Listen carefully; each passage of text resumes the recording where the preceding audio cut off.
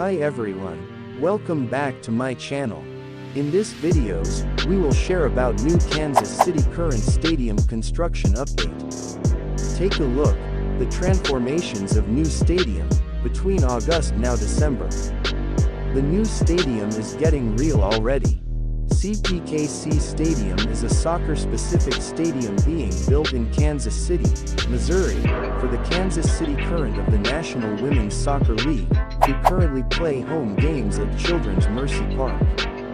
The stadium is scheduled to be completed and opened by March 2024. The stadium, which carried a $117 million budget, will be open for the Current's first home match next season.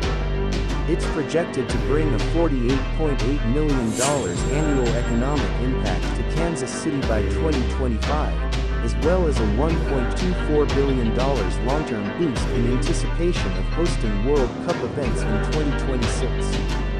Beginning in the spring of 2024, just in time for their fourth season in the NWSL, KC Current will train and play matches in this new $120 million facility.